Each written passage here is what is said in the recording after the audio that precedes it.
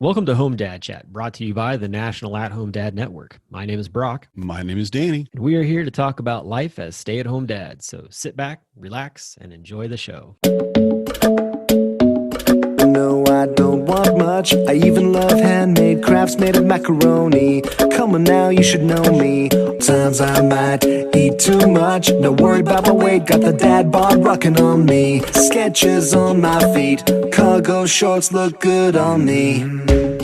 I'm a dad, that's what I do. Hey, everybody, welcome back to Home Dad Chat. I'm one of your hosts, Brock Lush, and I've got with me my good buddy, Danny Mercer. How you doing tonight, Danny? What's up? I'm doing great, man. Doing great. Good to hear. I think your energy level is a little bit higher than mine tonight. It's that old age. It's settled in. You get weird energy flashes, weird parts of the day. No, I'm having a good day. I'm having a really good day. And honestly, I had an opportunity to talk a lot today with adults, just in various situations. Nothing big or anything, but it was just wow, a conversation. Let's do it. So yeah, it's been my afternoon caffeine substitute. It's just talking to people.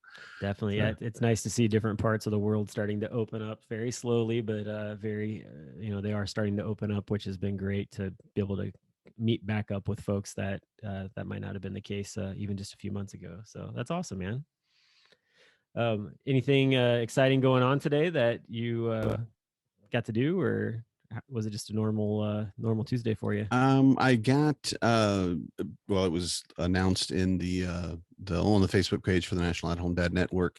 I did get in touch with I think it's Wellesley Institute or Wellesley University, who are doing a study on how dads talk to their teenage kids, high school kids specifically, about dating, relationships, sex, and just all of those things. And that was very cool. They have a really good study going on. I would encourage anybody that has a child in that age range to definitely just give them a chance and talk with them. They've got a lot of just amazing insight into some things, and they're really, I think if it all comes out like I think it was, they're going to come up with a program to help dads talk with their kids.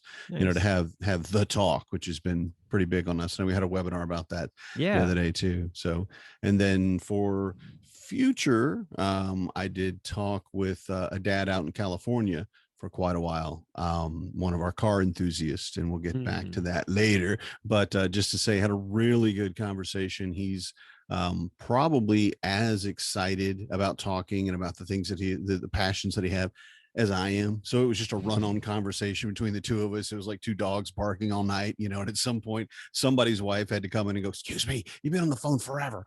But at some point we should stop. But just for that, and that was really just kind of buoyed me along throughout my day.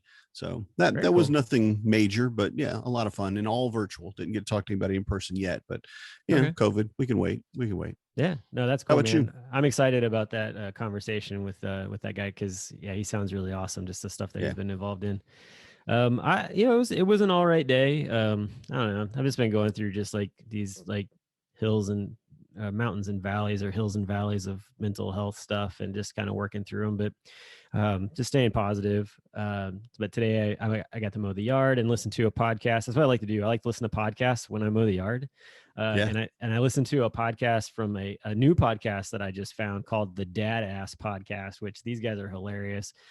It's two dads. The host, he doesn't really, I haven't really figured out exactly who he is completely, but he's also got a buddy of his who's a psychologist that's on there with him. And so the episode I listened to today was about middle age, which I was very shocked to find out that there was a study published by Men's Health that said that 37 is middle age. And I was like, 37, holy crap.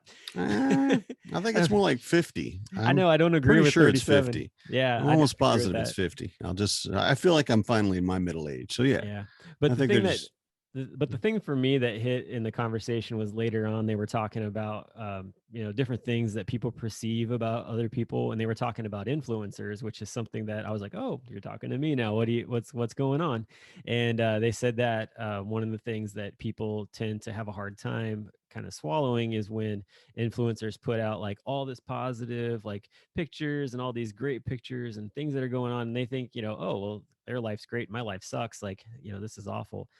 When in all actuality, I mean, for the majority of influencers, they might take like 100 pictures of the same thing and scream at their kids, like, or whatever else, like, dude, can you just sit here in this one position so I get this really cute picture? And then you're just like, I was thinking about, I'm like, I don't know that I've gone quite to that full extreme, but I've definitely taken multiple pictures to try to get a good shot for Mm-hmm. maybe like Easter or Christmas or something. And not so much like to post it, but just what you want, that nice shot for the holidays. But I did definitely think about like, oh yeah, like all the other pictures in between you should show, be like, yeah, like this is what it took to get like this one Yeah. shot kind of deal. And Exactly. for me, it was just some good insight into the fact of like, it's one of the things that I try to do when I do post stuff is, hey, like, this has been a crappy day, like this is what's going on, that kind of Mm-hmm. thing. And I don't have exploding diapers in my hand anymore, thank God. But back in the day, that probably would have been what I would have posted. Mm-hmm. Yeah. Yeah, so that was, so that was kind of my day. And then I was talking in the closed group, because typically we do the dad lounge on Monday nights. But I have my church's Bible study on Monday nights during the start of Dad Lounge. So I haven't been able to go for a few weeks. And that was the whole, I was kind of like, hey, like I need this for me just as much as everybody else needs it. Yeah. And so I had put out there like, hey, what if we switch it up and make it Tuesday night? And I had guys who were like, I don't care what night it is, I'll show up. And I had other guys going like, if it's on Tuesday, I can't make it. And I'm like, dang it. Like, I don't want guys to feel excluded. Okay, what do we do in this situation? And I'm just like, you know what? Like, we'll just do it Monday and Tuesday night. Like, I don't run the Bible study, so I can definitely like launch it, or, I can work with some of the guys to get them set up to where they can launch it or whatever. Mm-hmm. But well, basically, to say all that is that on Mondays and Tuesday nights from here on out, we'll have the Dad Lounge. Now, on Monday nights, it will start at 8 p.m. Eastern time and go till whenever the West Coast guys decide to shut it off. And then for Tuesday nights, it'll start at 9 p.m. because we do our recording of this podcast on Mm-hmm. Tuesday nights at 8 o'clock. So at 9 o'clock or very close to there, depending on if we run over a little bit. That's on Tuesday nights. We'll do 9 p.m. Eastern time. So for anybody who's listening, hasn't been able to join or didn't know about it, like now you do. And so that was kind of the big announcement that got sort of like lightly made, just because I put out a bunch of invitations to the guys in the closed group. So, and if you're a stay-at-home dad that's listening to this, or someone who's a stay-at-home dad and doesn't know about the National At-Home Dad Network, please point them in our direction, because I keep running into people who are like, oh, I didn't even know you guys existed. Like, I went to the dentist the other day, and the dental hygienist there was just like, I need to get my nephew like connected with you guys. And I'm like, do it.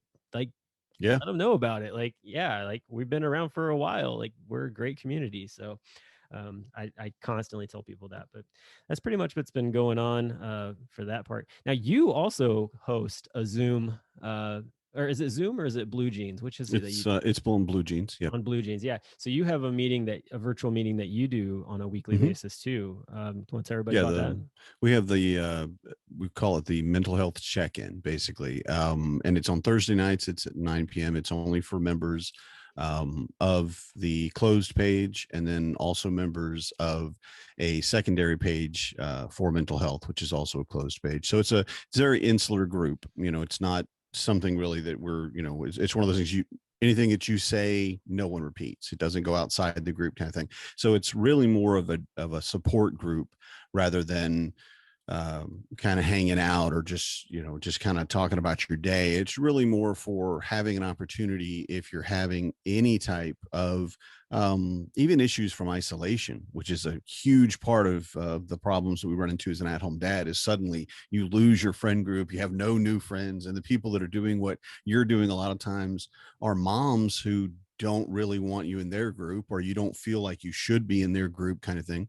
So it's kind of more for people that need support.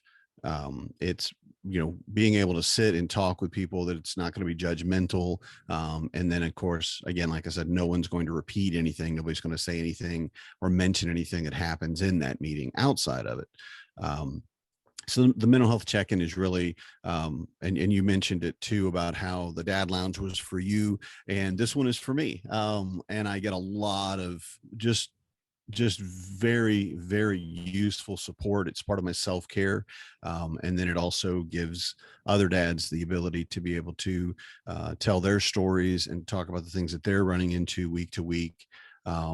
No one is a mental health professional, so we're not like going to get cured or to, find out all the tips and tricks about fixing your whatever, but more just someone to talk to, which is, I feel, especially for me, very, very useful in keeping my balance for my mental and emotional health. So Yeah, no, that's great. And I think it goes back to both, the dad lounge and the mental health check-in. I think it all goes back to what we were talking with Pete Bayless about last week, with him seeing a need to have a newsletter to connect stay-at-home dads, 20 some years ago. And yeah. here we are at a place where it's like, you know, guys need a mental health check-in with somebody. They need to know that they have that support. And then for the dad lounge, like they just need a chance to just like throw it all to the side and just, Hmm. crack a beer, pour some bourbon, Yeah. or just, And grab a it's glass of water and hang out and talk, whatever it's going right, to be. right. Yeah. And it's reminiscent to me. I was in, not this week, but last week, I believe it was. And we were all just kind of sitting around, and this is how it plays out in my mind, because this is what I've done for years with my father-in-law specifically, but with a lot of other dads that I know. We'd go out by a campfire, and for us, it would be a cigar and maybe some scotch and what have you, and just kind of sit around and solve the world's problems. Yep. And that's kind of what we did last week. It was just everybody. Now there was a campfire actually. One of the guys had a little fire pit he pulled up so we could see it. And there wasn't a lot of drinking, and there wasn't. I don't think anybody other. Maybe only one of the guy was smoking a cigar, and I was smoking one, because that's the only reason I was taking that night off, is to have a cigar. So, but anyway, just have that moment of, well, let's talk about the things that are going on in the world, more so than focusing on our kids or our day-to-day issues, but looking just a little, like a little step back to be a little bit more objective about our nation specifically, but the world, a little bit of politics, but nothing heavy.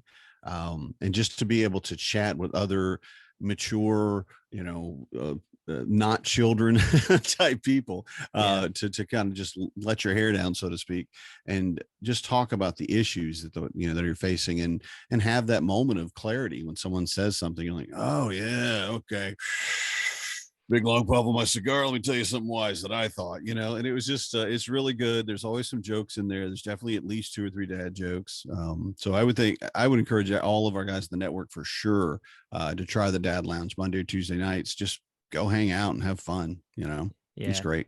definitely. Yeah. The dad lounge is just a nice laid back place to be. I'm really glad that it's starting to pick up popularity with quite a few guys coming in there, and just the rotation of guys too. It's great to get to meet a bunch of different new guys and stuff, and Mm-hmm. it's also been a great place to hype up Home Dad Con, and for guys to talk about it. So Mm-hmm. that's the other really fun thing. There's been guys who are like, I didn't really know if I wanted to even go to it, and then they like hang out for a few weeks, and they're like, I registered, and it's like Yeah. awesome. Like, Yeah. so excited to finally get to like see you in person. Like, that's going to be really Mm-hmm. cool. So, and that's the thing too at Home Dad Con, is that we have 2 mental health breakout sessions scheduled for this year, and I think that as much as it is awesome to do the virtual, which is great, the in-person for that weekend seems Mm-hmm. to always like draw quite a bunch of guys, and Yeah. it seems to do a lot of good. And so I'm excited that that's going to be a possibility again this year too. So yeah, just lots of different resources out there, which I think that's the one thing that's really changed about the community and the atmosphere of the National At Home Dad Network, is just really honing in on these different resources. Mm-hmm. That's over this past year, we've really dug in deep to that. I mean, everything from the podcast to what you're doing to the webinar. Those things are really drawn in quite a few people that just gave them the opportunity to see that this organization isn't just a Facebook group in itself. There's more going on. Yeah. And there is a lot. And I think that, it's like an ogre or an onion, whichever, just a lot of layers, just a lot of just the all the stuff that goes on in the background to do these things, just the webinar itself, to do the podcast, not to, be blowing our own horn here. But all of the little things that you do on a weekly basis to get all of this stuff going. It's, I will say for me, it's absolutely a labor of love. Oh yeah, I definitely. want a podcast. If you said you didn't want to do it anymore, I'm like, well, I guess I'll be solo for a while because I'm gonna keep going. You know, I'm sure some other guy I would just, jump in with you. there's some other guy. Yeah, find somebody that talks less so I can get more of my word in. But yeah, no, I'm kidding. But just have that amount of work that we do to put into it, and it's all voluntary. Yeah. You know, nobody's getting a paycheck. Nobody's getting, even hotel vouchers really or anything. It's all just, well, I do this in my side time, part-time whenever I do it, when I have the time to do it.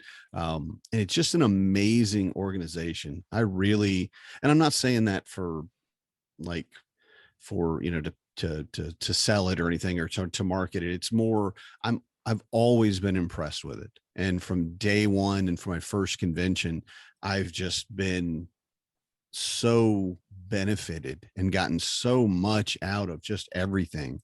Yeah. I mean, the big stuff, like, I mean, we mentioned earlier about the webinar about having the talk with your kids, to, honestly learning how to fold a fitted sheet, which was years ago, but it's still one that I go, I know how to do this. And I could find that somewhere else. You can Google stuff like that, sure. But to stand or sit in a room and have a guy stand up front, and he's a dad just like you, and there's 30 other guys in the room with you, and you're all like, all right, man, impress me. And he just, and there's a folded fitted sheet, and you're like, no. You got to do that again. That was a magic trick, Yeah. But all the stuff that we get from it has all just benefited me so much that I obviously can't stop talking about it. Definitely. Yeah. Well, in the network itself, like, has benefited from doing these different things to the point where we get other people who email the organization with me being on the board and doing social media stuff. Like, I get constant, like, for our media at homedad.org email address, where people are like, hey, like, we want to do this, or hey, can we, do this study or whatever it is. And we can we're always like, depending on what it is, like, yeah, like, that looks great, like, that fits within our community, like, standards, what we're wanting to do, like, let's do that. And then, hey, also on top of that, would you like to come on and be a part of the webinar or whatever it is? So it gives that extra, like, just depth to what's going on. And we've presented that to a couple different people, like, oh wow, like, yeah, I get to talk to your entire audience, like, sure, like, that sounds great, like, Yeah. And that's the kind of stuff that really hits the spot when it comes to creating content, and given that extra bit of a bump. So which is also what helps bring in sponsors that help sponsor the organization as a whole, not just the convention itself, but as a whole for the organization, which is the other thing that we're trying to pivot to, because the convention is definitely something, but the organization is all the time. So that's the other big thing. But yeah. Well, and to kind of pivot away from that was a fun conversation to have for a few minutes. And I didn't really know how to even segue it out. So we're just going to do it. Going to jump. We're just going to do a hard stop, grab the pole and turn right. Like, here we go. So in my life and in yours and in most parents' lives, the thing that I find, or that I've found most difficult recently, has been the stages that our kids go through. My wife actually asked me, hey, do you remember what it was like when you were, our kids' age? And I'm like, no, I don't actually. That's too far back to remember. I tried to go back and think about it, and I think I got to like 5th grade, and I was like, well, my kids aren't quite there yet. But still, even that, like, there's only little smatterings of stuff, and it's typically all the good memories, not the bad memories. But I find that as a parent, it is sometimes very difficult to adjust to what your kids are going through, because for that specific reason, like, you don't remember it. So you're flying by the seat of your pants. And this is where the manual would be very helpful, that apparently the doctor decided to drop in the trash instead of he hand forgot to me. to say, As is with everybody else, probably. The only thing that I get at somewhat helpful is my wife had signed up for babycenter.com, which I believe is a creation through the not.com. So, like, when you're getting married, sometimes you get on there to get ideas or whatever. And that's what we used when we got married, because we did it all on our own. But the Baby Center sends you, yearly and monthly status updates of development for your kids. And I get those for my 5-year-old, but she's easy. Like, I don't have any problems with her. Like, she's cool. My 8-year-old, on the other hand, he's a relative monster sometimes and just Yeah. blows up, man. I mean, just he doesn't, you tell him to do stuff and you ask him to do stuff and he ignores you. And then when he gets in Mhm. trouble, he like basically is an atomic bomb that goes off. And then like he's the Hulk. He's the Hulk, man. And you're like, why did you react that way? And then he tells you, and then you explain to him kind of what you could do differently. And he just doesn't want to hear it. He doesn't get it. And you're just at a point where you just kind of walk away, scratch your head. And I don't know, I never read this book. Maybe you did. The book Ignore It. I don't know if Mhm. did you read that book when Catherine Perlman was at Orlando? Yeah, I was there when she presented, and I read it after So that. I didn't read that book. I'm curious, does that book kind of bleed into or talk or speak into this sort of situation? Um, in a I don't know about specifics. Now, again, it's been a few years since I've read it. One of the things really that I came out with, and I think the main message that I got from it, was that behavior that is rewarded will be repeated. Mm, And that fits for all stages of life, kids and adults as well. I've used it to my advantage against my wife, I'll admit. It wasn't against her, but the understanding of, I need my kid to do something. This is, I'll do it, and then I'll reward them. And it could be the accolades. It could be talking about it. It could be an M&M. It could be all sorts of things, depending on who your kid is. But more than that, the stressor I think that she had brought out in her conversation on stage about it was that you have a kid and they're at the store, and this is the typical, stereotypical really thing that parents run into, and they have a meltdown yeah, and they because they want a want cookie. something. Yeah, Yeah, I want that cookie. I want that cookie. And they I was cry there and they today. cry. That Well, was there you today. go. And you reach a point where you're so exhausted and you're so tired, and every parent out there can agree with that, that you give in. Hmm. I And didn't go to the that way. good. Well, and you shouldn't. And that's what Ignore It was basically about, is no, ignore that. That doesn't, you're not doing what you need to. I'm not going to even give you the time of day when you're pitching a fit, Hmm. because a lot of parents who are exhausted and they just, fine, here's a cookie. So if it took the kid 2 minutes of crying to get that cookie, you have now rewarded a behavior and they will repeat it. Right. Okay. Yeah, that So makes sense. that's a big part of it. It's not just, the positive reinforcement or encouraging them and things like that. It's also that if you, and the only way I can describe it is give in. If you give in to your kid at a point and give them whatever it is that they're crying for, that's going to be the point they're going to push you to every single time, because all they care about is that cookie. They Yeah. don't care, what your life lessons are or what books you read, or no, how long do I have to cry before I get a cookie? And if that's 3 minutes, if that's 4 minutes, and if you end up doing it and you don't just basically ignore it, then they're going to find that, okay, well, this is where I have to push you to, right? Yeah, and I definitely have felt that at times for sure. Mm-hmm. Where like they'll do something, especially my oldest, like he'll do stuff that he knows that he can get me pushed to a point, or my wife can get pushed to a point where uh the attention definitely overthrows everything, as far as like, we're spending more time with him trying to like work things out, Mm-hmm. and he sucks in all that energy of that attention. And it's like, uh, my wife and I have had that conversation before. We're like, I mean, it sucks, it's horrible, like all these different things, but at the same time, like you almost need, like what we've kind of got to a place of is where you give him a hug, kiss him on the forehead and say good night, and like shut the door. And usually like he just explodes, and I'm just like, nope, we're not going inside. It's like the whole like cry it out thing that Mm-hmm. we did with the kids prior, which helped to like kind of move them into sleeping without having to worry about it. And Mm-hmm. I feel like we're right back at 8 years old dealing with some of that same stuff again. And it's just like, okay, how long is Well, this gonna last? so far, all of my kids have had that problem at 8 or 9. Oh, good. Well, at least So, there's and a common it's denominator. just, yeah, and it's there. And I didn't really notice it with Alex when he hit it. It was more, he's just a butthead. I mean, he's just stubborn and he wants his own way. And you have to prove to Alex that you have the strength and the right and the power or whatever to tell him what to do. That sounds like You my know, oldest. he is not, he doesn't care what you, well, who are you? Come on, show me. And I'm like, I don't want to show you. We just go to bed, you know. It wasn't that conversation, obviously. But my second child is delightful.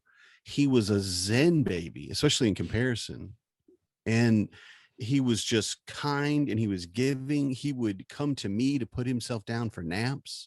He would just like, no, and he could get his little, you know, cup of water or whatever and come grab my hand and take me and have me put him in his crib. He was amazing. He was incredible. Yeah. He was as sweet as he could be. He never really pitched a fit. He didn't have any major problems. He was, I mean, I didn't know what to do. I'm like, something's wrong. Did someone slip my child? Is someone feeding my child? Like, I don't know what, but gonna have some, you know, can we keep it going? No. But he was just so very different. I wasn't ready for it. Yeah. And when he got to 8, he was a heinous butthead. Man. And I was just like, hey, no, you're making a bad choice here. And this is not like you. What is going on? You're not the kind, and I use this argument with all my kids. It wasn't just him. He's not just because he was nice, but I tell them all, this is not like you. This isn't who you are. Yeah, that's this is a bad statement. choice. Yeah. What's going on, you know? But yeah, also if you're aware of it or whatever, what happens at about 7 or 8 is the age of reason starts. Right. Oh, okay. The age of reason. Now that makes sense. Yeah. And you are a person now. You are completely different than you were as, you know, a baby, as an infant, as a toddler, even a small child. Suddenly you start thinking, you start knowing. You are the person that has all of the answers and knows what is. Well, I know what bedtime is. Bedtime's at 9 o'clock tomorrow morning. Right. How about that? Because they've learned time, because you know, kindergarten and first grade, like by first grade, you have to know your time. That's the whole point. So and you've learned to read too on top of that. So yeah, I can, that part makes total sense to me for sure. Cause that was like, I feel like that is like the unlocking of Pandora's box in some ways with it that. is, yeah. It really is like you want them to get there. And then when they get there, you're like, can I put it all back in? Would you stop? Like, like I can't put 10 pounds of crap back in a 5-pound bag anymore. Oh man. So, yeah. Well, the age of reason too goes into a lot of what kids are doing mentally as they develop at that stage. And a lot of it is independence. I kind of consider it as almost like a precursor to adolescence, where they are wanting to be their own person. They still, just like they did when they were 2 or 3, they do it again at 8 or 9, whenever, when they are pushing against everything around them. They want to know the bounds, and they want to know that you are still strong enough to be that wall that they're going to bang their head against. Yeah. You know, it's just like when they're 2, when they just like, I'm going to fight everything. And mom and dad, if they fall over or they get pushed away, then that's what the child learns. Oh, well, I'll just push my mom and dad around. No problem. Same thing when they hit 8, except that there's much more of a need for the kids to understand the reasons for the whys of what's going on. Whereas even now, my kids, I've never, like, realistically never faulted on bedtime. Bedtime is bedtime. Bedtime, it's bedtime. You go to bed now. There's no questions. There's no, you don't get another story. No, it's bedtime. This is it. We're done.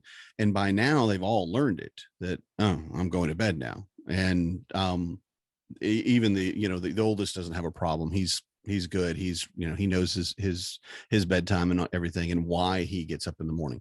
And the 11-year-old kind of knows why too. The 8-year-old now, I explained to him, and I don't do it to the 6, because she's just she didn't care. Okay, it's bedtime. We'll go to bed. I'm tired. But the 8-year-old, because he's at that stage, is in a place where he needs to understand why he's doing things more than just, this is what I have to do. And I'm not saying that's going to help you. I can't say that's going to help you, but it may be something that, when you're at that age, you're just wanting to know more of the reason behind it. You go to bed at this time so that you get enough sleep, so that you can wake up in the morning almost on your own and happy. Yeah. Where I don't have to wake you up when you're angry or grumpy or yelling, or you won't get out of bed. That means you need more sleep. so Yeah. you go to bed earlier.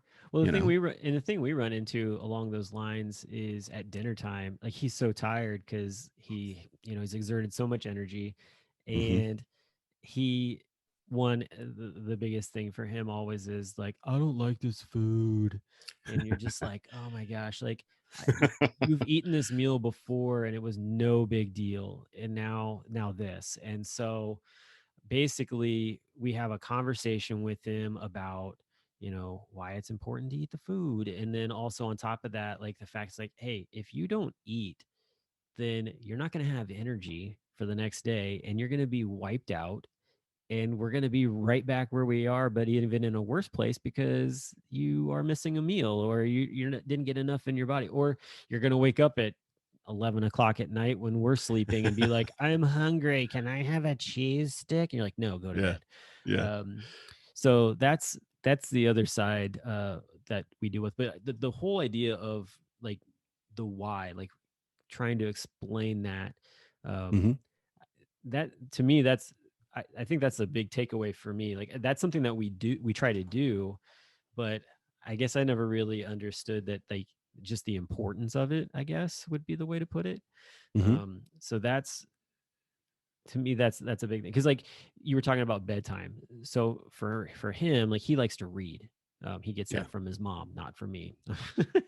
And so there are nights where he does not get a story because he's messed up, and that's sort of like a basic reward for him. Like everything's Hmm. good, like I read him a story. Otherwise, uh typically he gets told you're not getting a story, and then he ends up reading in his own bed anyways. It's one of those deals where it's like you put him to bed and then he turns the light on above his bedroom, and you go Yeah. up like an hour or two later and you're like, go to sleep. Yeah. So Yeah. that's, and to me, like I don't have an issue with that so much. Like if he's awake and that's the case, usually when I go up and tell him like, hey, it's late, you need to go to bed, like I don't get any sort of like, I get no pushback from him on that. Like he seems to be like, I filled my level up and I'm good. Like I got to do that. But and I'm not gonna fight him on it, honestly, because he's up there being quiet. But Hmm. it's just, it is very frustrating, just the whole Hmm. the pushback of it all. It's a weird stage, and I guess I never really saw it coming. No, no, and I don't think you do. And even when it hits you, you have to have that moment of realize, oh, that's what people are talking about. Okay, this is where we're at now. I didn't realize, because your kid may do it early. Maybe 6. I don't know if it'd be early 6, but maybe 7 for them instead of 8. Yeah. And have that moment of, okay. And even if you've done it before, it's like seeing a baby that's teething. I don't really think about it or consider it until I see a baby that's teething. And I'm like, oh yeah, I remember all of this stuff now, because I filed that in a folder somewhere in a cabinet and it's way over there. I don't use it anymore. But I will say too, one of the things that has helped me is, in each kid, even with, I'm talking about just my kids, really, each one of my children, but every child everywhere is different. Some things just won't work for them. Some things work extremely well that wouldn't work for someone else. Yeah. But looking at too is, when they're in that age of reason, is a lot more of, rather than, as an example, if I can, and I'm not in any way criticizing, but as saying, this is why you need to eat. This is why we're eating this food tonight. Mm. And it could be as simple as, well, we have, I don't know, whatever, it's Tuesday, so we have tacos tonight. And if you don't want tacos, you could have I don't know what, some cauliflower or PB&J, or whatever you got. But giving them the understanding of the food that you cook every night is what the family eats. Yeah. And if they're going to want to opt out of that, I feel like kids should have an option. If we have the ability, we're living very fat right now in this country, so we have the ability to say, well, I can give you an option for dinner. That, especially once they hit that age, that's a good opportunity for us to help them, again, express their independence, show that they're capable of making decision, how they can make good choices. But you end up having to give them a lot more information than you did when they were younger. Oh yeah. And they soak it up. I mean, they just soak it up like a sponge, and they remember it, and like, oh, that's why we're having tilapia tonight. Well, I don't like tilapia, so I'm just going to go ahead and ask if I can go ahead and get my, my salad or my, whatever you got. My PB&J is probably the easiest for everybody to relate to. Yeah, except for when your son goes, I don't like PB&Js anymore, and then you're Yeah. like, and then you're really in a screw position. So wait a minute, you can't do that to me. You gotta like PB&Js forever.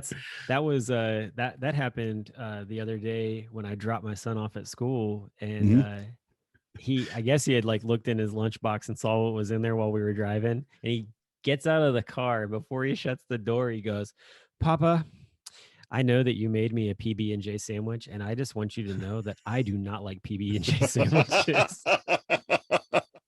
And I said, well, kid, you're at school right now, so you really don't have an option. So enjoy that PB&J sandwich. Last night or something, I could have helped you. Yeah, I was like, we'll discuss this after school and figure something else out. And it was funny because he shifted to like a cream cheese and bagel. I don't know how he turned into a New Yorker, but that's good. That's good. So that's his go-to thing. But I do the idea of giving the option. We've done that quite a few. We've done that a few times. We try not to do it all the time, but I think you had mentioned it a while back as like a way to not like fight with your kids to eat. And we've definitely have used it for many times.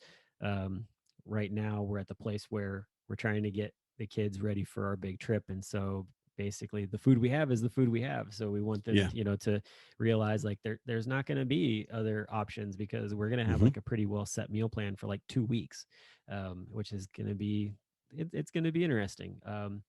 But most times I'm like, hey, you're 8, you can make a sandwich, whatever, like where the stuff's at, go do it. If you want a bagel, go throw it in the microwave or in the toaster oven, whatever, like go to town. So I definitely agree. Like that definitely helps out a lot. So and like with the road trip, like we do when they're younger, and letting them pick out their clothes, not telling you to let him pick the meals, but maybe give him a daily calendar or a list, that's he could just fold it out like a map and go, well, it's this day. What do we eat for breakfast on this day? And it's already there. You're not deciding at that point. You're not the bad guy at that point. No, this is the list says this is what we're going for. It's on the list. I can't change that, but then it's them being, him being in charge of it and just giving you that, oh, this is today. It's actually, whatever. It's, PB&J's is the only thing food I can think of right now for some reason.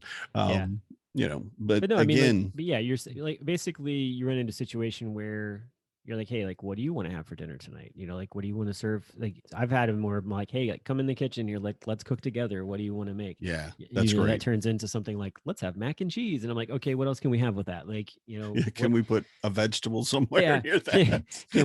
can we throw some mixed vegetable in there or something like that? Which, I mean, my kids love. They eat vegetables and fruits with no problem. It's meat that tends to be the issue a lot of times. I think it's just a texture thing, but yeah, so that's I think that's just one of those that's where we're at with that. And then the thing that also comes out of that too is attitude swings.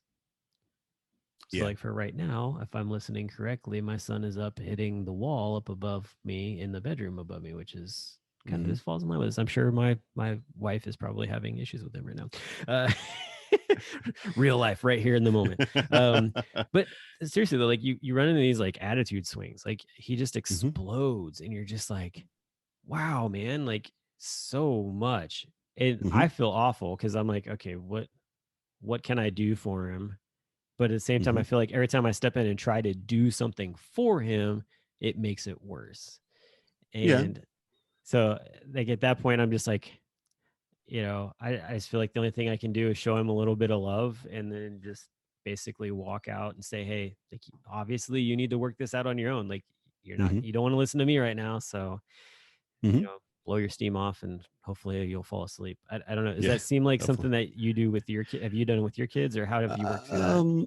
Well, I think, again, every kid is different. So I don't think that would really work for my kids. The biggest part for them was to one, use their words, which is one of the things I'm working on still myself. When I get upset, just use your words, Danny. Don't go pounding your head in the wall or screaming into a towel or something. Just calm down and use your words. But that the kids have the vocabulary to express their emotions. Like, what are you feeling right now? Is this anger, or is this frustration, or is this sadness? Which for me kind of all mingle in there together a lot of times. Yeah. You know, and I don't know which one it is. I'm like, well, and I can drill it down and okay, it's frustration or whatever. But looking at, you know, what they're feeling is a big part of it. And especially when they're being irrational. For me, and I mean, I had my eldest probably did it the most recently, or the most, and especially the most obviously. I told her, you need to wash the dishes. You need to fill the dishwasher, actually, what I said, or I told him, excuse me. And he said, no, I'm not going to do it. I'm like, okay, well, then you will wash them by hand. And that's it. And I don't care. I will stand here until I die, I guess, because I'm the most stubborn person you've ever met. Child, I gave you everything you got. And I didn't, I'm going to say I pushed him, but I not like pushed physically, but I kept at it and said, no, this is the wall. You have to do this. Yeah. And I stood there and watched him do dishes at, 13 or so. And he just exploded, just from nothing to yelling, top of his lungs, tears running down his face, stomped his foot like a 2-year-old, and just said, this is, I shouldn't have to do this. This is ridiculous. And it wasn't anything logical. Yeah. And if at that point, he absolutely did not need to be left alone, and I think you could see that too. He needed to be talked to. Wait, where are we at? Right. And I said, okay, hold on. This is not like you. Something's going on. I don't know if there's something else going on in your life, or something we need to deal with, something that else you need to talk about, or you need us to change, or whatever. And then the reality of, he simply said, Dad, I don't know. And, he's 13. He's got a huge vocabulary. He knows all of his emotions, but he didn't know what was going on. It was just, he said, I just got really crazy mad all of a sudden. And I'm like, let's do this. Go lay down. Go just take a little nap, wrap up in a blanket, lay down, calm down, and give yourself some time to relax. And then you come find me when you're ready to talk about it. And in that case, he fell asleep and slept till the next morning. Obviously just needed more sleep, Yeah. But looking at what they're running into in that moment, and then reminding them, one, and I put this first in almost every conversation with my kids, I love you, and I want you to be the best version of yourself. And I love you too much to let you be a jerk. So this isn't like you. You're acting in a way that is not really, it doesn't fit with this situation. Nobody, dropped a rock on your foot. You shouldn't be screaming and yelling. You didn't fall off the building or whatever. You shouldn't be, crying your eyes out. Something else is going on. Tell me what it is. Give me the words that you're feeling. Tell me what you're feeling. Use your words, which I thought I'd stop using once they got, I don't know, 7 or 8, but it's still, use your words every single day. Yep, I should have a little sign like Wile E. Coyote. Use your words. Use your words. Yep, I got it written down here. Use your words. Just use your words. And I remind myself to do that as well, in fact. And then understanding what their emotional state is, why it is, helps us as parents to be able to help them navigate through that situation.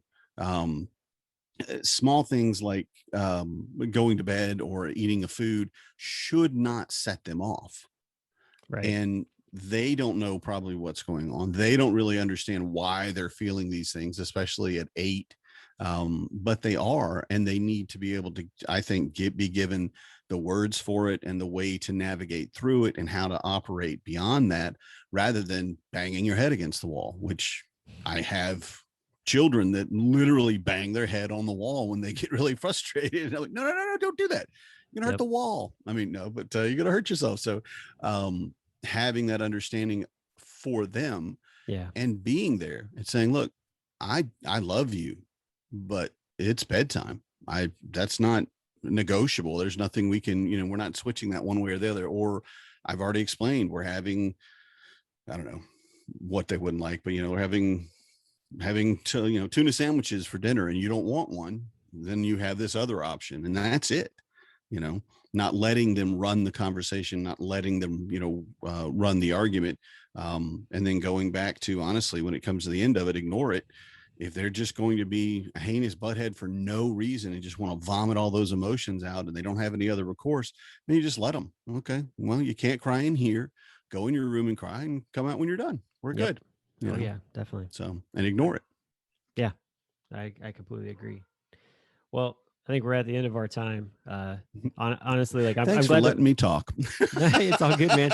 I'm glad we were able to actually have this conversation. Like I said, like, it's something that's real. It's right now. And it's something that I think, there are multiple other parents, dads, especially that are going through this, trying to figure out how to walk it out. And, lots of dads, they didn't, maybe they weren't so good with it with their kids, so they there's not a good example there. So this is the way. Maybe this podcast will help them out and make that walking that out a little bit easier. So but yeah, I appreciate getting to hear from you on it, because you've been in the game a little bit longer than me. So that's not me calling you old. No, it's fine. That's me calling you wise. So, but yeah, man, this was great. I took some good stuff out of this. Hopefully everybody listening will get something out of this. And if anybody that's listening has a question like this that you'd like us to tackle, I'm all for that. Please shoot us a message, because there are times where we either don't have a guest lined up or something falls through, and Danny and I are just up here like, hey, what do you want to talk about tonight? And that's basically what happened tonight. And and Brock just sits back and pulls my string and he says, "Go, Danny, 45 minutes." And just lets me go. There you go. Exactly. So, well, anyway, it's 9:00 on Tuesday night when we, finish up jumping recording, over the Dad which Lounge. means it's All time right. for the Dad Lounge. So if you're listening to this, next week, let's hopefully see you at one of the Dad Lounge meetups, or if you're in the closed group or not in the closed group yet, get in the closed group.